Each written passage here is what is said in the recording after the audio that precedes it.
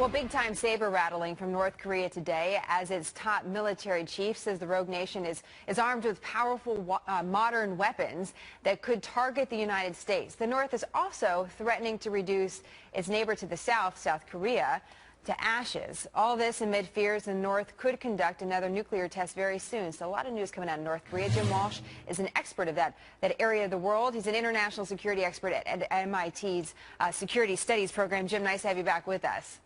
Always good to be with you, Jenna. You know, we just talked a few weeks ago about a failed missile test out of North Korea, and now we're getting, and let me just quote him correctly, this military top military chief saying that the Korean People's Army is armed with powerful modern weapons that can defeat the U.S. imperialists at a single blow. You know, what are we to believe of that?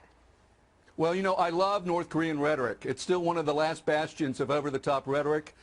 We hear a lot of that, and then the question is, when do they mean it, when do they don't? But in this case, you know, if I was a betting man, I'd bet that they probably will have a nuclear test. You never know, but I would say yes. Why? It fits the pattern of history. In the past, they've had a missile test followed by a nuclear test. That missile test did not go well, so this is a way for them to recoup and save some face.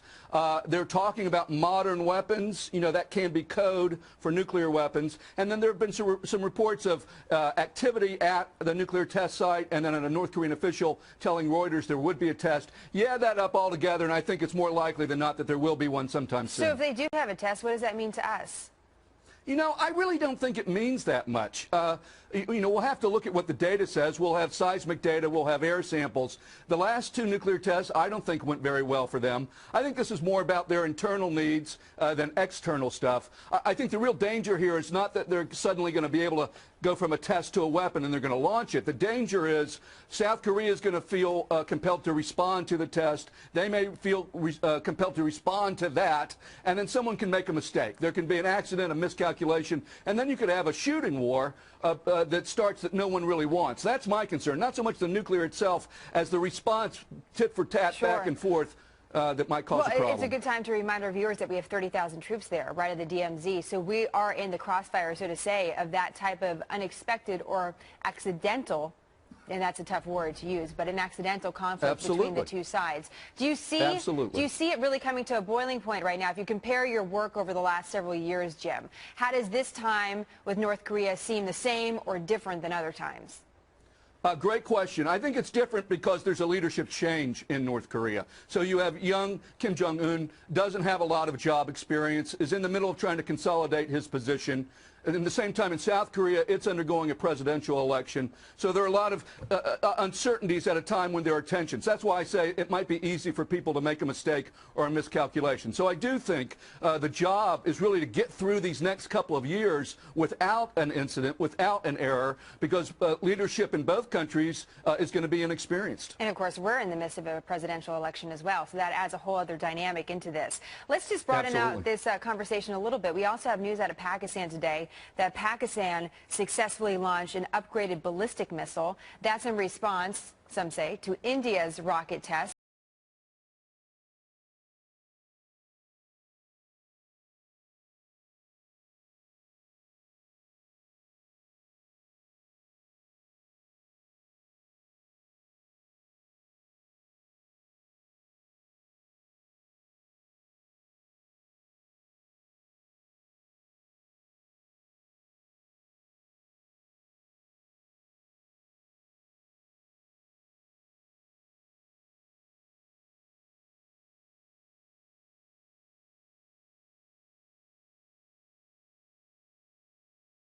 A ballistic missile capable of carrying a nuclear warhead that can reach where? Beijing. Right. So the Chinese are paying attention to that. But then if the Indians do that, the Pakistanis feel the need to respond because they're enemies with Pakistan. They've fought 3 wars with India. Well, Pakistan it has. works, doesn't it, Jim? I mean, it gets everyone's attention. We show the video. We're showing the India video right now. So when we bring these conversations back home, you know, we're in a plan to disarm quite a bit of our nuclear weapons, and I know we've talked in the past, and you've said that is something on the table we should look at. But you know, should we remind the world as well about our military strength?